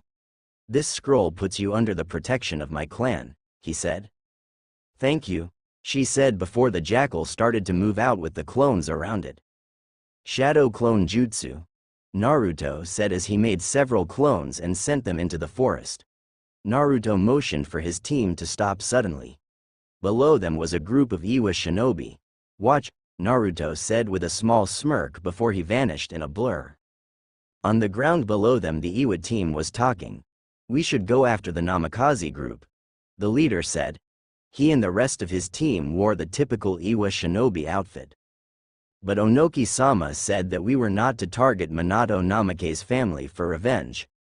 One of the other 2 said with a bit of fear in his voice, since he had felt Naruto's ki in the first exam and he didn't want to feel that power again. "Screw that old man. He may have forgiven that bastard Namikaze, but the rest of Iwa hasn't. He wasn't someone who lost a loved one to the bastard during the war," the last one said in an angry tone. "Exactly. If we kill them, then we'll be heroes in the village. We might even be given positions on the council or even replace that fossil with someone who isn't senile," the leader said with a cocky smirk as he thought about what he thought would happen if they killed the Namikazes. The other 2 now shared the same smirk. "Such unhealthy ambition," a voice said from behind them. They turned to see Naruto Namikaze leaning against a tree. "Well, look who's here. With your death we'll be legends," the leader said as he charged at the blonde who smirked. "Know your place, mortal," Naruto said with a dark grin. "Jinten missile punch," Naruto said before delivering a high-speed punch to the leader's chest. The punch was so powerful that it ripped through his clothing and turned the Iwa shinobi's ribcage to dust. The shinobi went flying back from the force, only stopping when he collided with a large tree which nearly fell over from the force. "Time to end this. Kaden demon lanterns," Naruto whispered. Several fireballs formed floating the air, which then took the form of demonic heads. The demon heads then shot forward. The jutsu set everything the heads touched into an inferno. Several trees fell to the ground as the flames burned them down. In the trees, Narumi and Sayuri looked on in awe. They could hear the screams of pain from the Iwa team echoing in the forest. Sayuri was the first to speak after the little performance. "Do you think he would teach me that jutsu?" Sayuri asked her best friend. Narumi was snapped out of her state of shock by her friend's question. "I don't think so. That has to be at least a rank jutsu." She answered her harem sister's question. Sayuri pouted at the Namikaze's answer. "Don't be so," said Sa-chan. "I'll teach it to you when I feel you can handle it," Naruto said from behind her. Sayuri turned to him and hugged him while chanting thank yous. Naruto was about to say something when he felt a familiar presence. "Amaterasu!" Naruto yelled while releasing a wave of black fire at a tree. A shadow jumped away from the tree before the black flames could touch the shinobi. "Fufufu, it seems like one of the little genin has quite a potent attack. I had no idea there was another Mangekyo Sharingan user alive," a disembodied voice said. Naruto flared his ki, causing the creepy chucking to stop. "Well, it seems that you have quite a bit of bite, Naruto-kun." Naruto had to refrain himself from yelling out at Orochimaru to come out and face him. Orochimaru might have been an insane psychopath, but he wasn't considered a genius for nothing. If he called Orochimaru out by his name, that would tip the Snake Sanin off that something was wrong. "Come on out," Narumi yelled out as she drew her katana. The creepy laugh returned as a grass ninja came out from the side of a tree. "You seem confident," Orochimaru said in a fake female voice. Narumi and Sayuri dropped to their knees when he flared his own ki. Both girls had visions of their own deaths at the hands of Orochimaru. They knew that this wasn't what could happen, but rather what would happen if they fought him.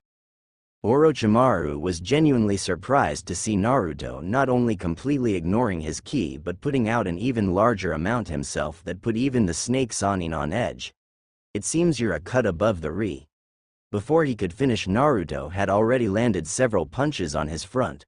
Fast, he thought as he flew back but flipped in midair and landed on a tree branch.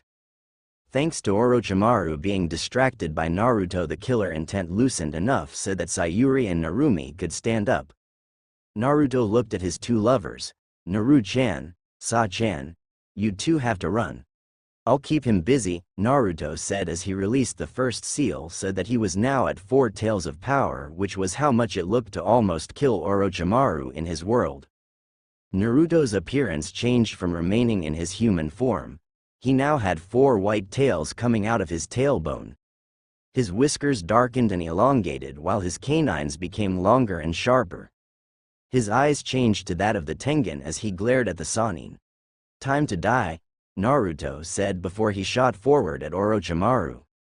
Both girls were shocked at the change but listened to Naruto in the end since they knew that they would only get in his way. Orochimaru chucked. So a little genin thinks he can take me on by himself. The snake summoner said to the blonde who glared back at him. On the outside he seemed confident but on the inside Orochimaru was slightly disturbed by the amount of power coming off of Naruto.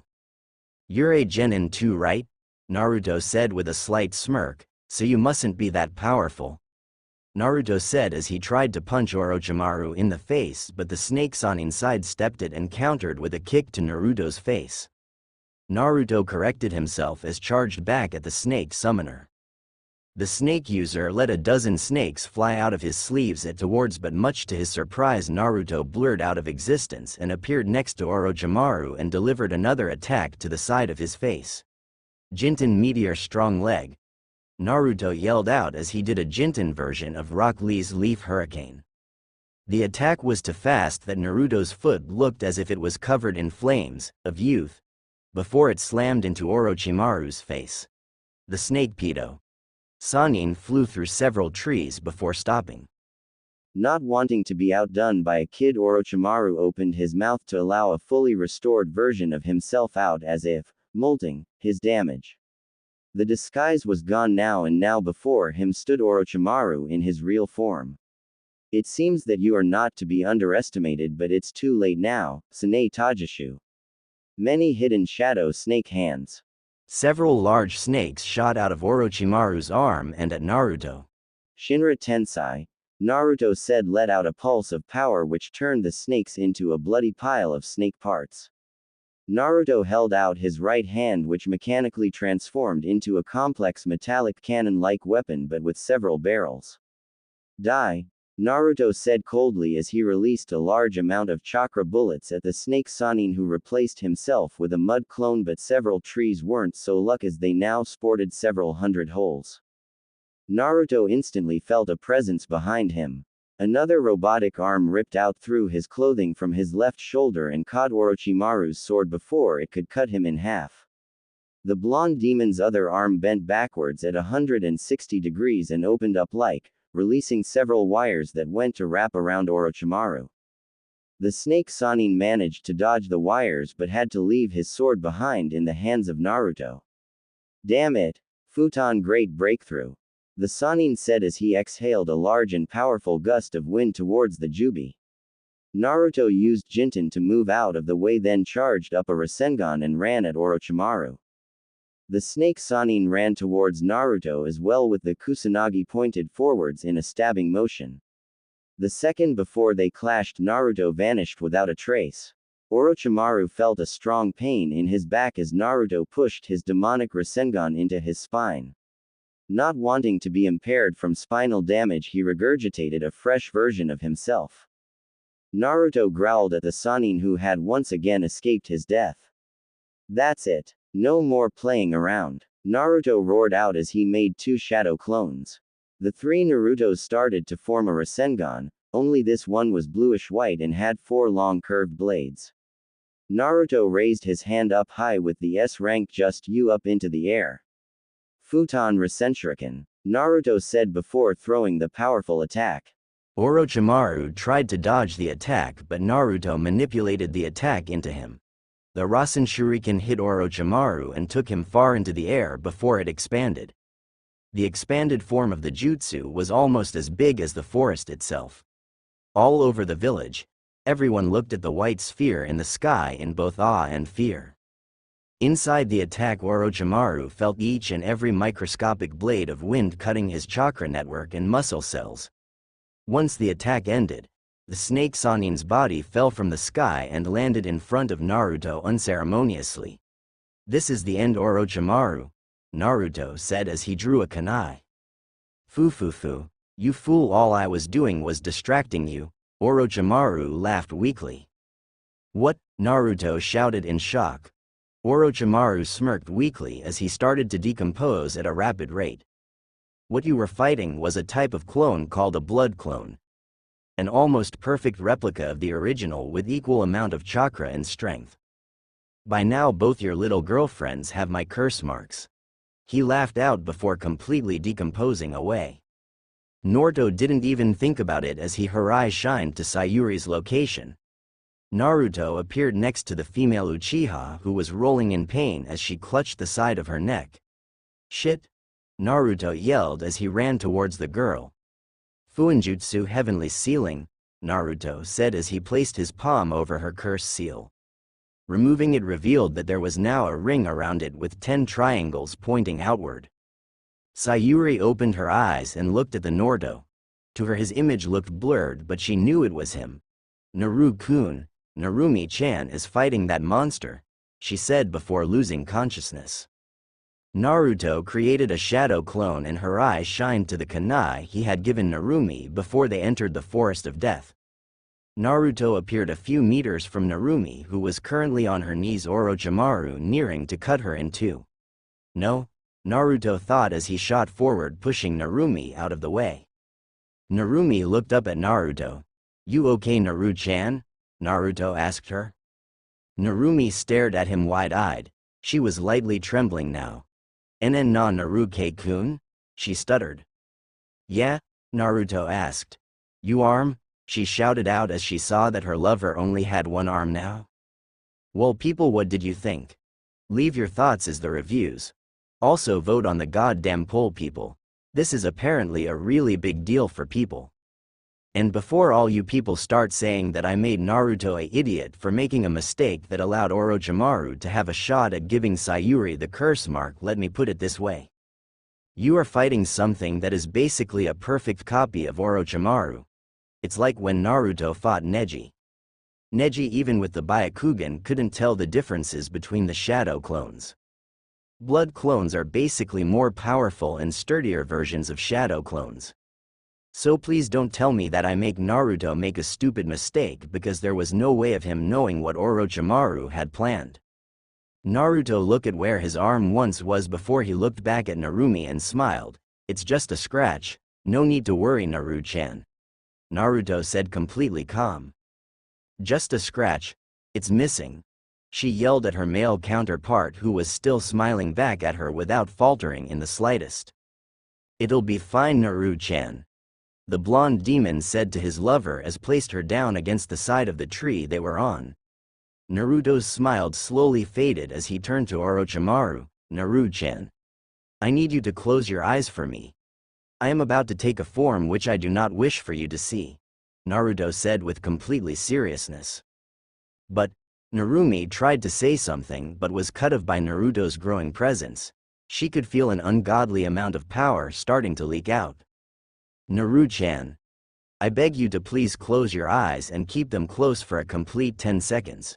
Do not open them until that time is up," Naruto said as steam started to rise up from his body.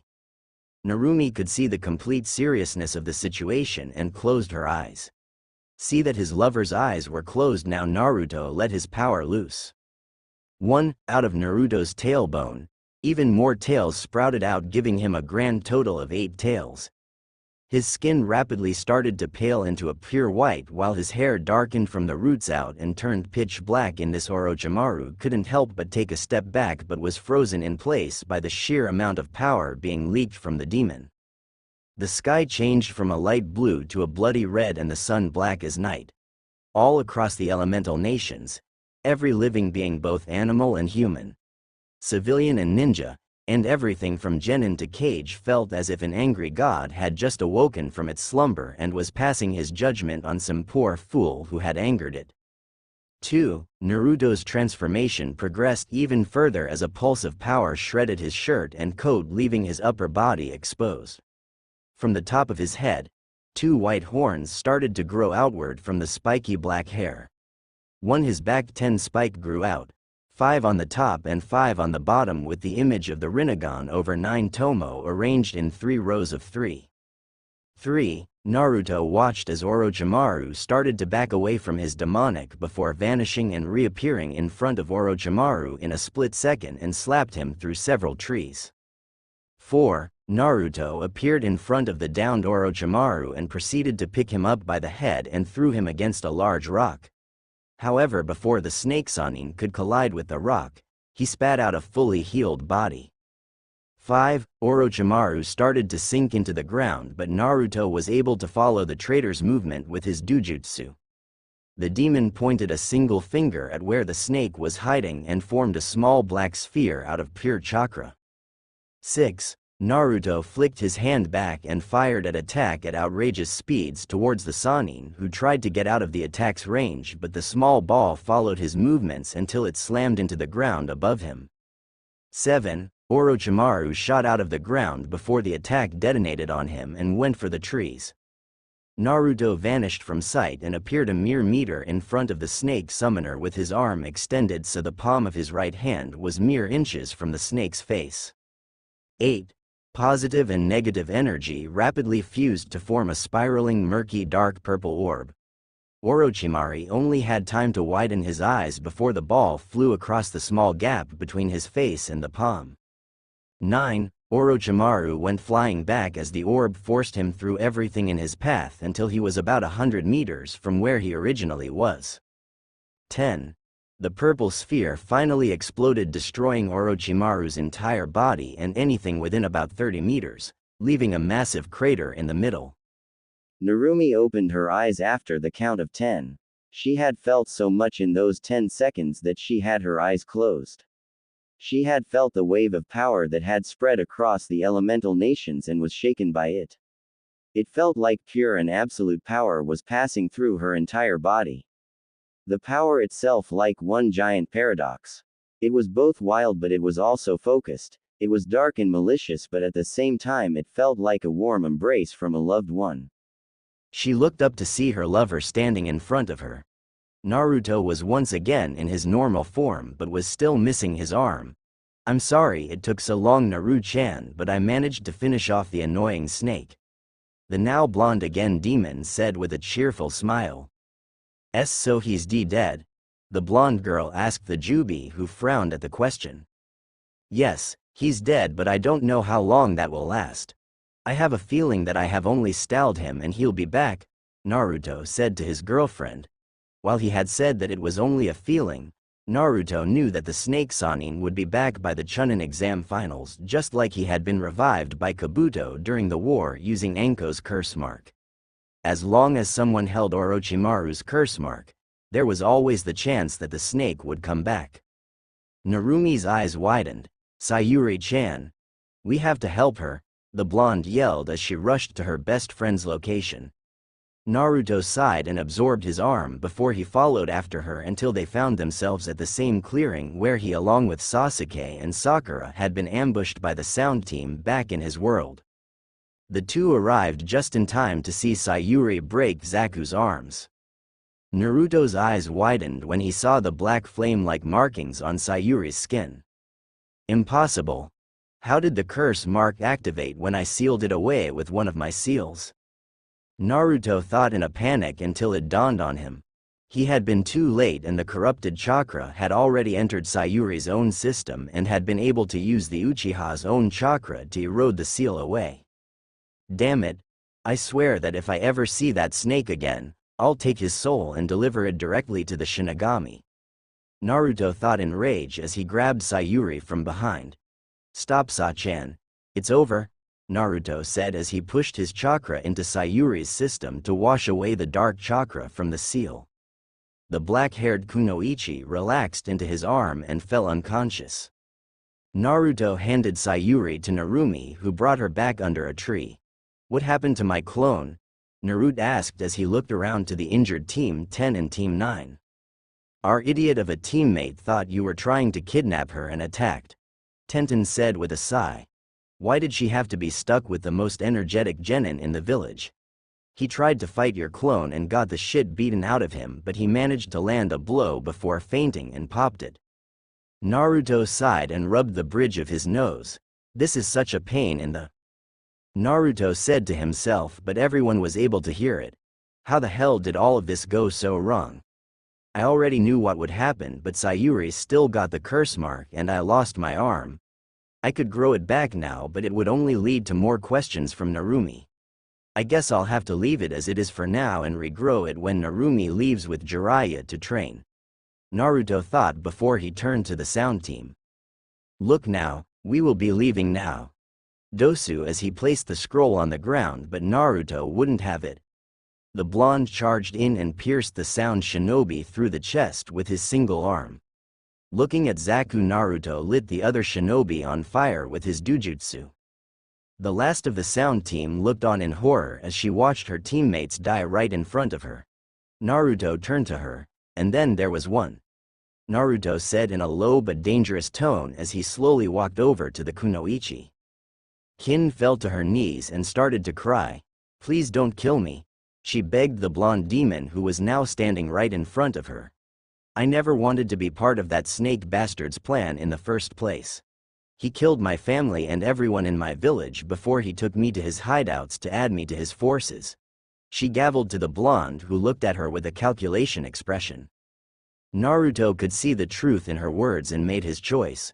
"Very well, you shall be allowed to come with us under the condition that you let yourself be questioned and tell us everything you know about the snake," Naruto said coldly as he talked about the traitorous snake.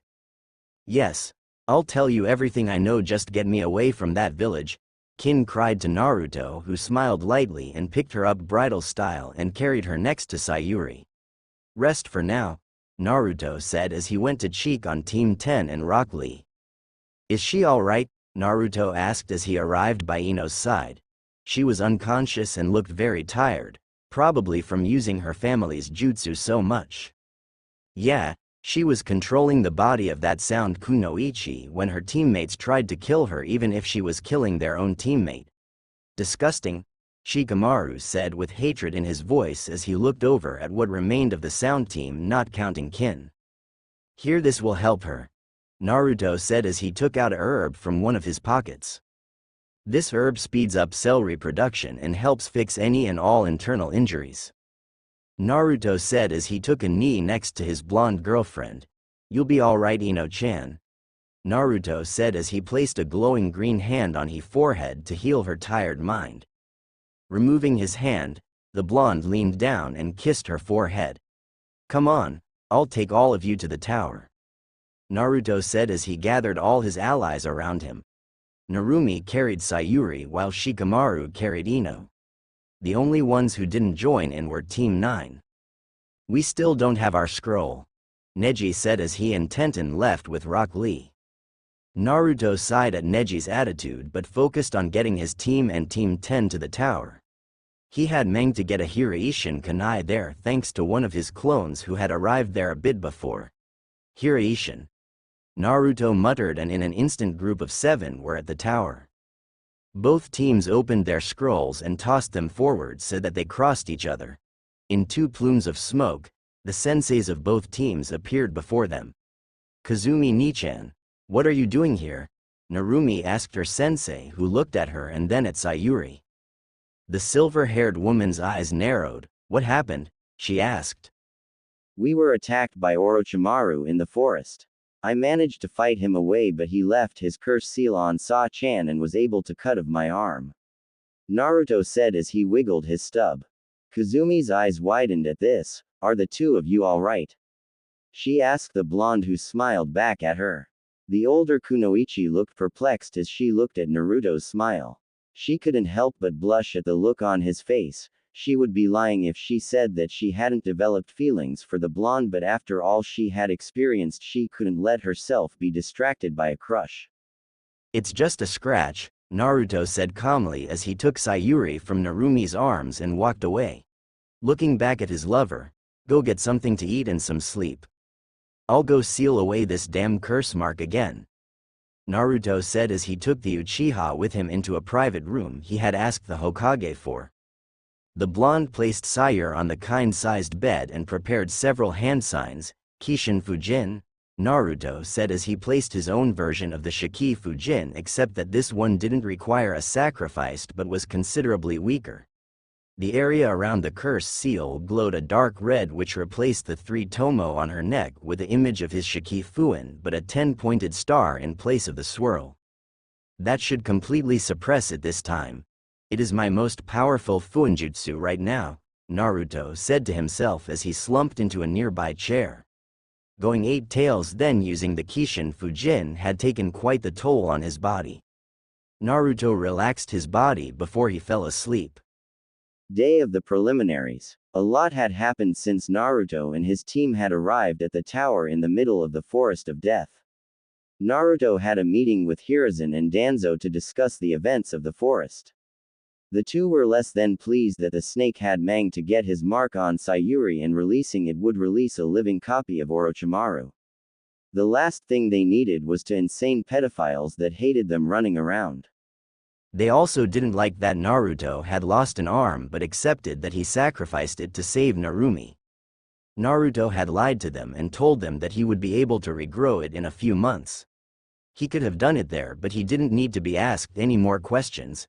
Narumi was already grilling him about the tails and power spiky. Naruto told them how he would ask the Shinigami to see if there was a way of removing the soul out of the seal so that he could extract the soul and then destroy the seal. He would have tried absorbing the seal, but the possibility of having the snake Sannin in his mind trying to take control of him like Kurama had done all those years ago wasn't number one of things to have. The 3 leaders of Konoha had also discussed what they were going to do about Kin and Karin. In the end, they had decided that Karin would be given asylum in the Namikaze clan compound, while Kin would be questioned but not harmed physically for any and all information she had on Orochimaru. Unfortunately, since she was a genin, so she didn't have much. Now here they were in the main room of the tower where all the battles would take place. More people had passed this time than in his world. This time Kabuto's team hadn't made it in time and were kicked from the exam. The teams that had passed were teams 7, 8, 9, and 10 from Konoha, Gaia's team, and 2 teams from the Cloud, which surprisingly enough was Killer Bee's genin team of Samui, Rarui, and Omoi. The next was the team of who he recognized as an expert medic from Kumo, Yugito the Nibi Jinchuriki, and another unimportant genin who Naruto hadn't met before. What had surprised Naruto was not only that Yugito was actually younger in this world while everyone else was normally older than in his world, but that she was still a genin and looked about 20. All the teams lined next to each other as they looked up at the gathered crowd of all the Jonin sensei and a few others standing next to the Hokage, who was smoking his pipe. Congratulations all of you. You have all earned the right to stand here today by proving that you could best Konoha's own forest of ever. Do any of you know why we have the Chunin exams in different villages?